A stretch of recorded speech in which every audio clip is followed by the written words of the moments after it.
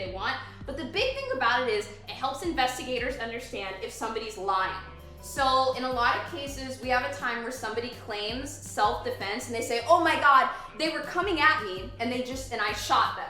The interesting thing about that is, I learned with blood spatter, is there's the entry point. So when the bullet actually enters, there's less spatter because there's no open wound. There's nothing that's exposed. So it's usually the exit wound that has the most spatter, and the spatter actually ends up looking like a mist. I don't have like a spray bottle or anything, but I can do this. Hold on.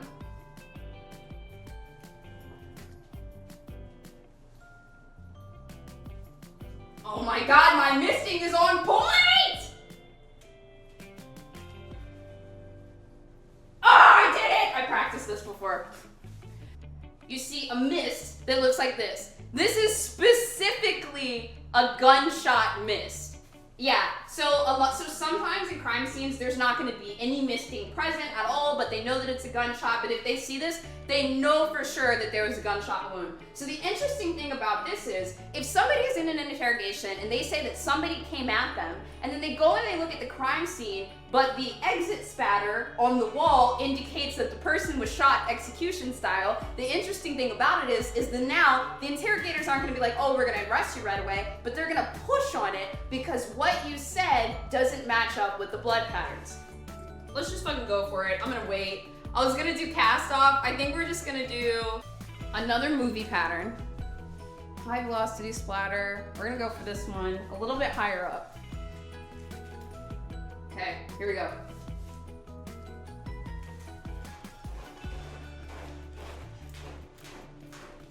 Does anyone know what this spray pattern is? It's very orange.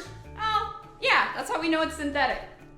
That's right, Millie, arterial, spray, and flow. So basically, this is if there's pressure, like on some kind of like vein, jugular, or something like that, and it comes out like in spurts. So this is the shit that you see in movies where somebody gets like a major artery cut or something like that. So this is obviously super indicative of whatever the wound is, but it also tells you where the source is coming from. So the main thing in blood spatter patterns, what they're trying to do is identify where the source was, and the source is the blood. So it's trying to figure out where was the positioning of it. So when you guys are looking at this like this, obviously you just saw me spray it from here. So you know that. But if an investigator's walking into the scene, they have to look at this and try to figure out where it's coming from. So no matter what direction this is in, God, I wish I had something else. Should I just spray this bitch? No, I won't do it. So even if it was going this way too, they can see where the person was turned, like what direction they were facing, if they were aware, and then other things also will let them know what direction the object came from. Stringing is where they figure out the directional things, but actually we're gonna talk about directional stuff now. So this one, I have no idea if I'm gonna do this right. I saw it in a video. Let's fucking go. So, wait. This is our source blood, okay? Ow! Fuck! It's on me! No! I should have. Wait, do I have goggles on? I do have goggles on. Okay, it just got on me a little bit. Oh! Oh! Oh! Oh! Oh! Oh! Oh! It's there! It's there! Oh my gosh! Hold on. I think I need to wash my hands. Okay, so as much as I can show you guys this,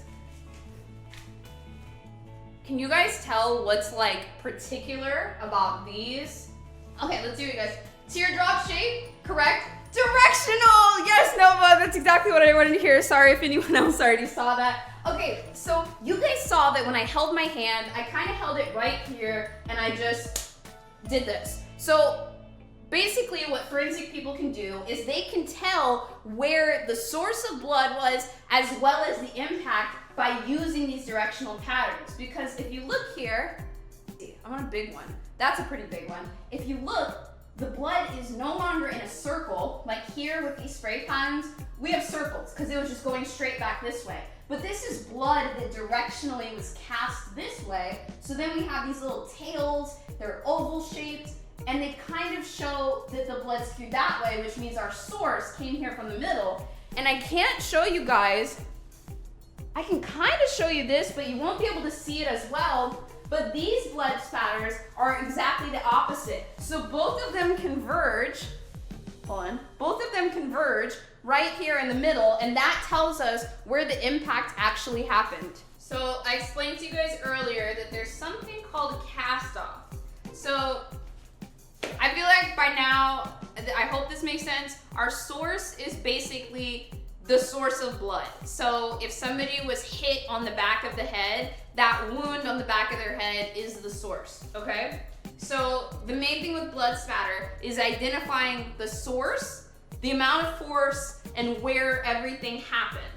So what we're gonna test now is cast off. So cast off would be if somebody had, if somebody had hit, I explained this a little bit earlier, but if somebody had hit somebody and then pulls this back on a full arch, you're gonna have to probably look at the bottom camera or the smaller camera to see this part, and pulls it back, where does that blood go? What does it look like?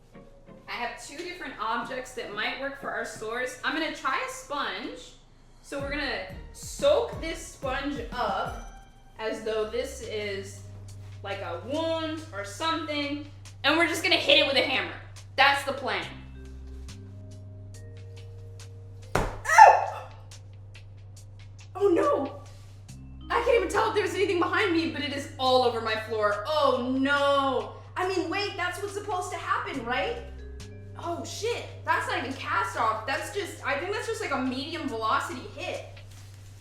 We're gonna hit our sponge again. And this time, you guys will be able to see any, well, there we go, transfer patterns.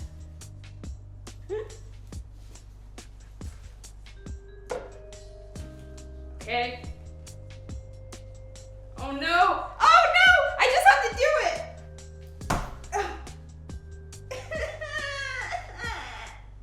Is there any cast off? Literally none. Unless, no. Transfer patterns basically don't really indicate a source of blood or any type of violence or impact or anything. They just kind of help tell a story. So, for example, oh my god, am I about to use my UGG shoes? I mean, shit, they're right here. Fuck it, they're black, it's fine. So, if somebody is moving through a crime scene and they step in a pool of blood,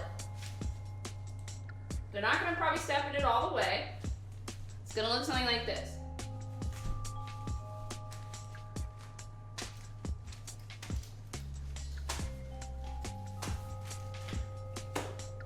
So, what do we notice? Oh my god, I can lift this one up. They start to get lighter the further they go away. So basically, the way that this kind of helps tell a story is because you can see they walked away, they didn't go back. We might see them, then we could see something like this.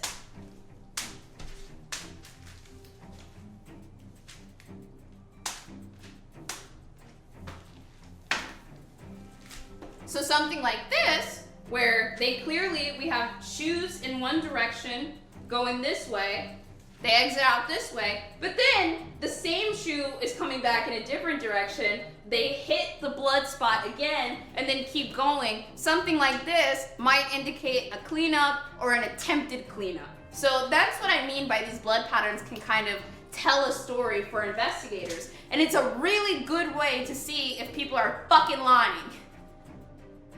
I think you need, yeah, no, this is synthetic blood that we made today. I made 3 different types. Only one of them actually turned out pretty okay. Okay, so transfer print and smear. I don't think that it's very often that anyone's just gonna see a straight up handprint at a crime scene. I mean, sure, maybe it's somewhere, but if they did, this is what it would look like. So then this is a transfer print with motion. I feel like we've seen this before in photos. Or I've definitely seen it before in photos. Oh, yeah, it's actually called a swipe pattern. A bloody surface in contact with a non-bloody surface with movement.